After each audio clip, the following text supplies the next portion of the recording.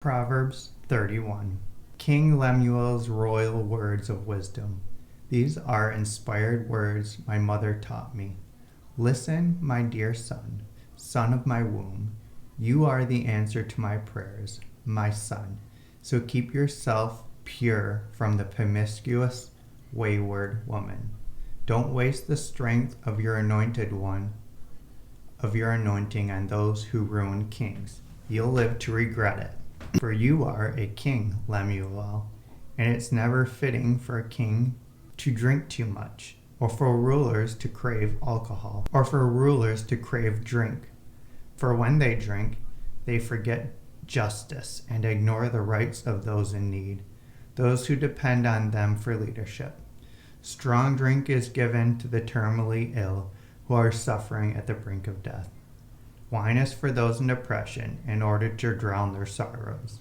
Let them drink and forget their poverty and misery.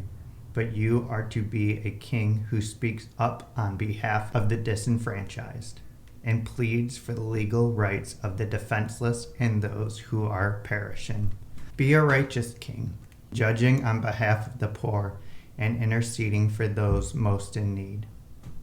Who could ever find a wife like this one? She is a woman of strength and mighty valor. She is full of wealth and wisdom. The price paid for her was greater than many jewels. Her husband has entrusted his heart to her, for she brings him the rich spoils of victory.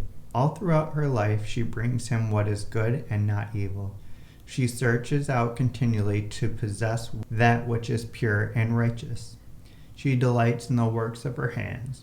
She gives out revelation truth to feed others. She is like a trading ship bringing divine supplies from the merchants. Even in the night season, she arises and sets food on the table, for hungry ones in her house and for others. She sets her heart upon a field and takes it as her own. She labors there to plant the living vine. She wraps herself in strength, might and power in all her works.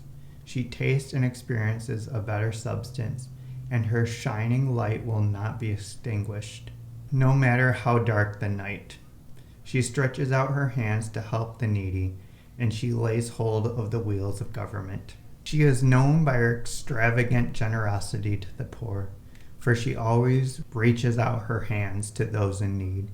She is not afraid of tribulation, for all her household is covered in dual garments of righteousness and grace. Her clothing is beautifully knit together, a purple gown of exquisite linens. Her husband is famous and admired by all, sitting as the venerable judge of his people.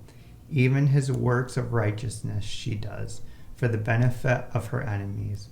Bold, powerful, glorious majesty are wrapped around her, as she laughs with joy over the later days. Her teachings are filled with wisdom and kindness, as loving instruction pours from her lips. She watches over the ways of her household and meets every need they have. Her sons and daughters arise in one accord to extol her virtues, and her husband arises to speak of her in glowing terms.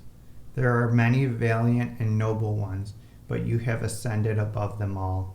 Charm can be misleading, and beauty is vain, and so quickly fades. But this virtuous woman lives in wonder, awe, and fear of the Lord.